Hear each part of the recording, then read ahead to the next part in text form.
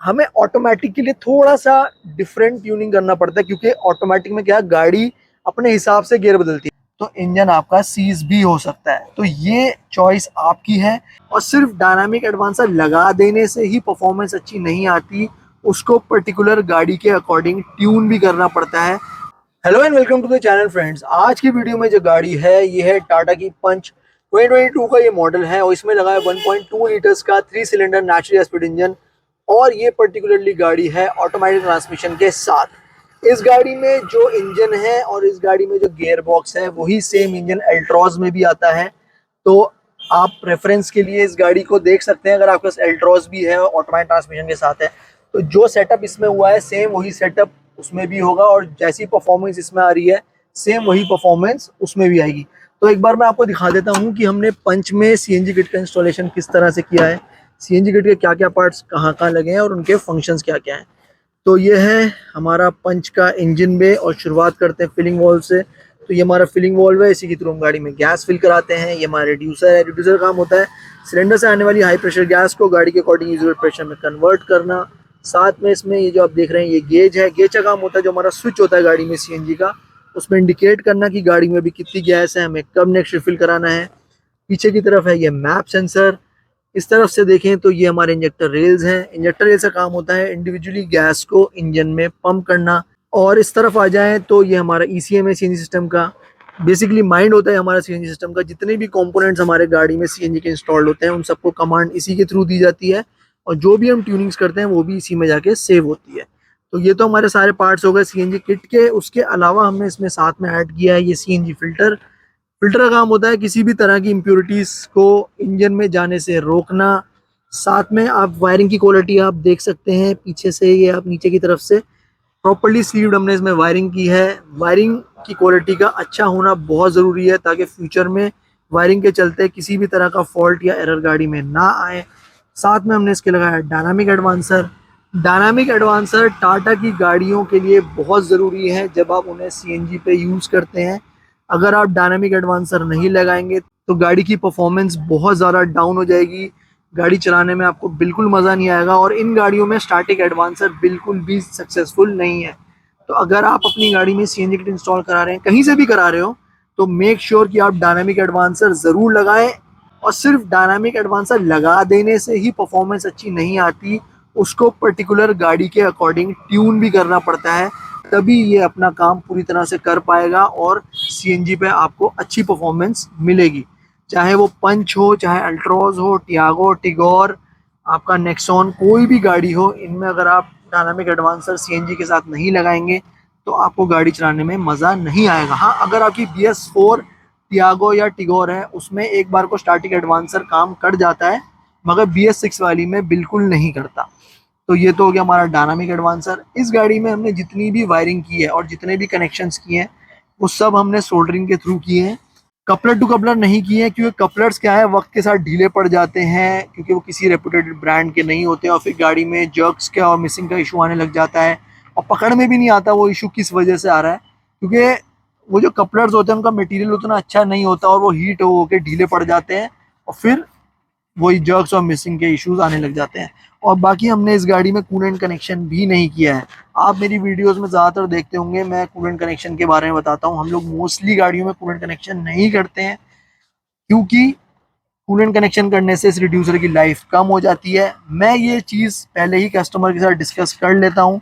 अगर कस्टमर बोलता है कि नहीं मेरी यूजेज ऐसी है कि मैं ठंडे रीजन में रहता हूँ और मेरी गाड़ी ठंडे मौसम में बहुत ज़्यादा हाईवे पे चलती है, तो हम कूलेंट कनेक्शन करते हैं। मगर अगर गाड़ी लोकल में यूज़ होती है तो मैं सजेशन यही देता हूँ कि कूलेंट कनेक्शन को अवॉइड किया जाए, क्योंकि एक तो इसकी लाइफ कम होती है, साथ में जो हमारा हीटर का पाइप होता है, जो अंदर हमारा ब्लोअर से हीटर की जो गर्म हवा आती है उसका पाइप कट के इसमें कूलेंट कनेक्शन किए जाते हैं। तो होता क्या है, एक तो वो पीछे की तरफ होता है, आप कितना भी अच्छा पाइप लगा लो, कितने भी अच्छा निप्पल लगा लो, अगर बाई चांस उसमें जॉइंट में हल्की फुल्की लीकेज रह गई या लीकेज आ गई वक्त के साथ, तो वो इतना पीछे होता है, एक तो दिखता नहीं है कि उसमें से पानी टपक रहा है, और पानी गर्म होता है, इंजन गर्म होता है, वो गिरते के साथ ही इवेपोरेट हो जाता है, तो बिल्कुल नहीं पता चल पाता कि गाड़ी में पानी की लीकेज हो रही है।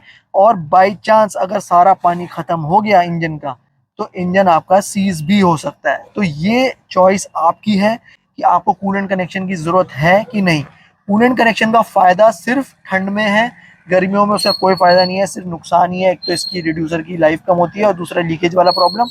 अगर आप बहुत ठंडे रीजन में रहते हो जहाँ पे 5-5 6-6 महीने कड़ाके की ठंड पड़ती है तो आप कूलेंट कनेक्शन ज़रूर कराओ। मगर अगर आप ऐसे रीजन में नहीं रहते हो तो आप इसको अवॉइड करो, मेरा सजेशन यही है।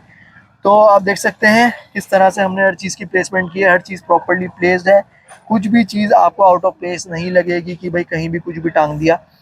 तो ये तो हो गया हमारा इंजन में। अब एक बार मैं आपको बूट स्पेस दिखा देता हूँ। पहले मैं आपको दिखा देता हूँ एक चीज़ कि ये गाड़ी है हमारी ऑटोमेटिक ट्रांसमिशन के साथ। अब मैं आपको दिखा देता हूँ बूट स्पेस कितना मिलता है हमें पंच में सिलेंडर लगने के बाद। तो इस गाड़ी में जो सिलेंडर है ये है हमारा 60 लीटर्स का, मतलब कि 12 किलो का। उसके बाद आपको इतना स्पेस मिलता है। आपकी स्टेपनी अपनी ही जगह पे रहती है, आराम से अंदर बाहर हो सकती है। स्टैंड की क्वालिटी आप देख सकते हैं, प्रॉपर पाइप वाला हमने इसमें स्टैंड लगाया है। साथ में इसके रबर ग्रिपिंग भी है, साथ में इसके डक्टिंग भी है। इफ़ इन केस सिलेंडर में ओवरफिलिंग हो जाती है गैस की तो इस डक्ट के थ्रू गैस बाहर चली जाती है और कैबिन में आपके गैस की स्मेल नहीं आती। जो भी हम नट बोल्ट यूज़ करते हैं वो हाई क्वालिटी होते हैं, एक बार टाइट हो जाते हैं तो खुद से लूज़ नहीं होते। सेल्फ लॉकिंग हमारे नट्स होते हैं। तो ये आप देख सकते हैं कितना लगेज एरिया आपको मिलता है। अब एक बार गाड़ी के ओनर से पूछ लेते हैं कि उनको हमारे काम की क्वालिटी कैसी लगी और गाड़ी कैसी चली। सर आइए।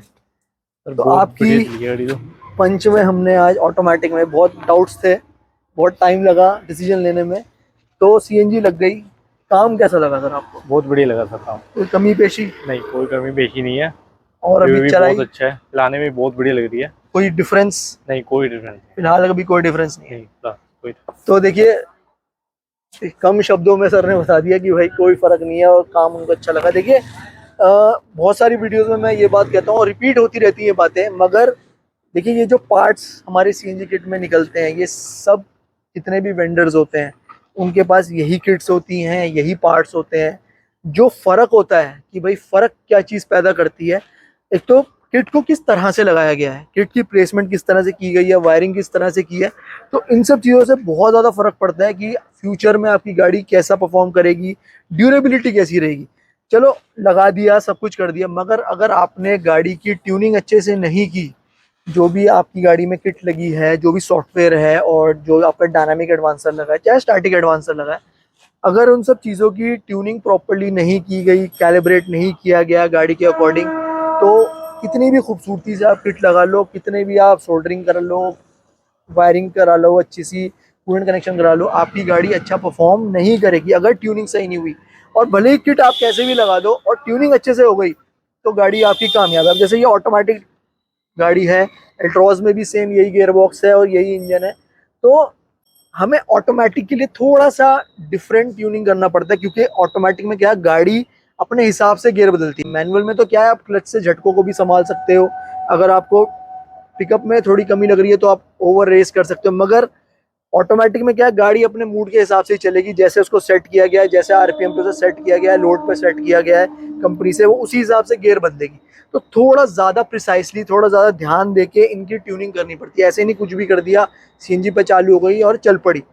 तो इन चीज़ों का अगर ध्यान रखा जाए तो गाड़ी आपकी सीएनजी पे, चाहे कोई भी हो, चाहे ये पंच हो या नेक्सॉन हो या एल्ट्रॉज हो, कोई भी गाड़ी हो, सीएनजी पे बहुत अच्छा परफॉर्म कर सकती है। और टाटा से तो लोग वैसे ही डरते हैं। आपको बस एक अच्छा इंस्टॉलर ढूंढना है, एक अच्छा ट्यूनर ढूंढना है, गाड़ी आपकी एक नंबर परफॉर्म करेगी। तो खैर इसी के साथ मैं इस वीडियो को यहाँ ख़त्म करता हूँ। अगर आप मुझसे कनेक्ट करना चाहते हैं तो व्हाट्सएप पे, इंस्टाग्राम पे कर सकते हैं। और अगर आपको ये वीडियो अच्छी लगी तो इसे लाइक करिए, शेयर करिए, मेरे चैनल सब्सक्राइब करिए और बेल आइकन दबाना ना भूलें।